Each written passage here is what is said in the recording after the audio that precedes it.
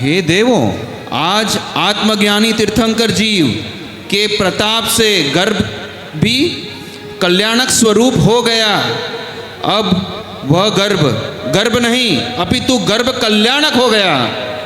यह सब दर्शन, ज्ञान, चारित्र का ही प्रभाव है। इन्हीं तीर्थंकर के चरित्र से ही दुनिया अपने चरित्र का निर्माण करती है। इनका चरित्र वह चरित्र पूज्य है।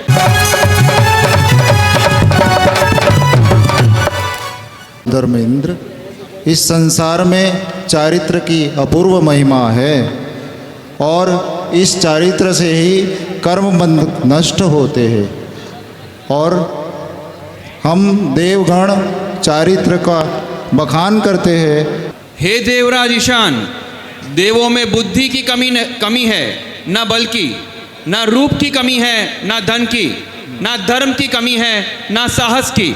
मात्र कमी है चारित्र धारण करने योग्य औदारिक शरीर की।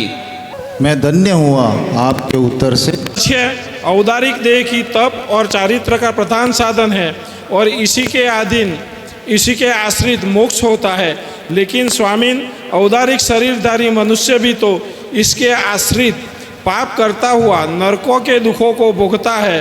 हे नाथ, मनुष्य के ऐसे कौन से परिणाम और कर्म हैं जिसके कारण दुर्लभ मनुष्य पर्याय का अहित होता है?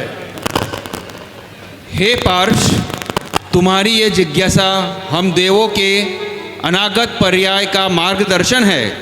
तुम जानते हो, मनुष्य की शक्ति, सामर्थ्य एवं क्षेत्र हम देवों से कम है।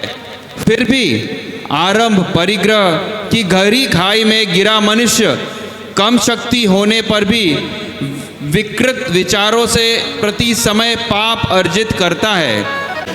हे देवराज, जय जिनेन्द्र, संसार में हर श्रेष्ठ कार्य की सिद्धि किस पर आश्रित है? हे महेंद्र राज, प्रत्येक कार्य की सिद्धि में 4 अपेक्षाएं महत्वपूर्ण हैं: द्रव्य, क्षेत्र, काल और भाव। इन 4 की एक रूपता पर किया गया हर कार्य सफल होता है। यह जगत क्या है? देव, जगत में जीव और पुद्गल 2 ही द्रव्य प्रधान हैं। जीव चैतन्य लक्षण वाला है और पुद्गल इसके विपरीत। हे देवराज, राग देश के मुक्त होने का सरल उपाय क्या है?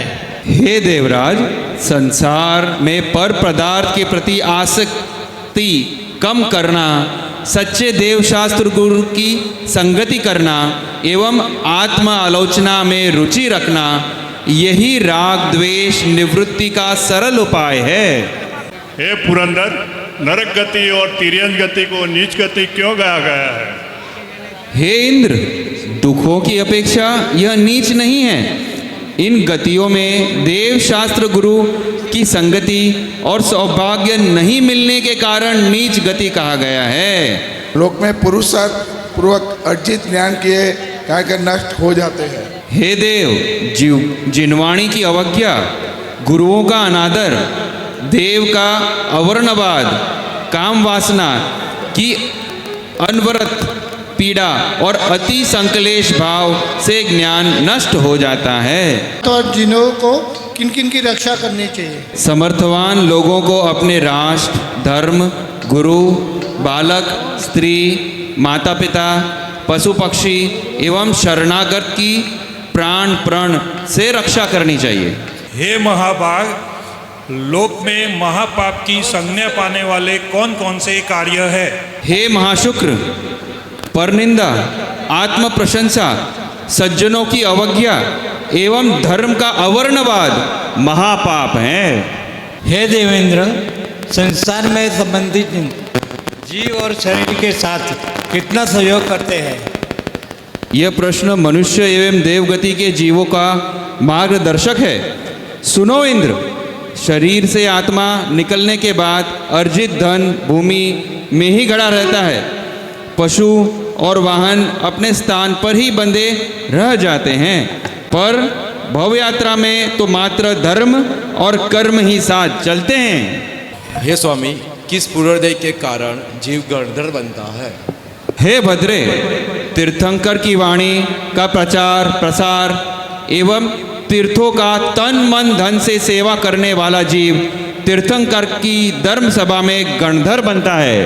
तत्व चर्चा सुनकर मेरा मन अंतर्मुख होता जा रहा है और अंतर्मुख होने की कला सिखाने वाले 22वें तीर्थंकर माता शिवा देवी के गर्भ में अवतरित हो चुके हैं।